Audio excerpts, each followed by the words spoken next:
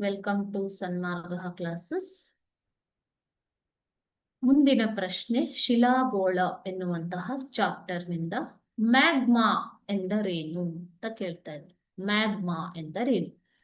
ಭೂಮಿಯ ಒಳಭಾಗದಲ್ಲಿ ಶಿಲಾವಸ್ತುಗಳು ಕರಗಿ ದ್ರವ ಅಥವಾ ಅರೆದ್ರವ, ಲಿಕ್ವಿಡ್ ಆರ್ ಸೆಮಿ ಲಿಕ್ವಿಡ್, ಅರೆದ್ರವ ರೂಪದಲ್ಲಿ ಇರುತ್ತವೆ. ಸೊ ಈ ರೂಪದಲ್ಲಿ ಇರುವಂತಹ ಶಿಲೆಗಳನ್ನೇ ಮ್ಯಾಗ್ಮಾ ಅಂತ ಕರೀತಾರೆ ಮಕ್ಕಳು. ಓಕೆನಾ?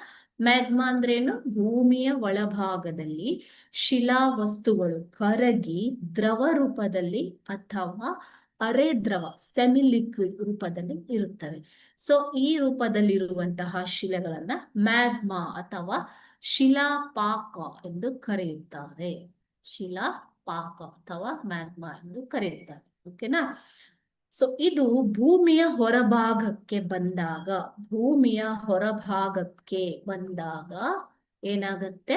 ಲಾವಾರಸ ಉಂಟಾಗತ್ತೆ. ಲಾವಾರಸ ಎಂದು ಕರೀತಾರೆ. ಭೂಮಿಯ ಒಳಭಾಗದಲ್ಲಿ ಇದು ಇದ್ದಾಗ ಮ್ಯಾಗ್ಮಾ ಆಗತ್ತೆ. ಬಟ್ ಅದೇ ಭೂಮಿಯ ಹೊರಭಾಗಕ್ಕೆ ಬಂದರೆ ಇದನ್ನ ನಾವೇನಂತ ಕರಿತೀವಿ? ಲಾವಾರಸ ಅಂತ ಕರಿತೀವಿ. Okay, thank you.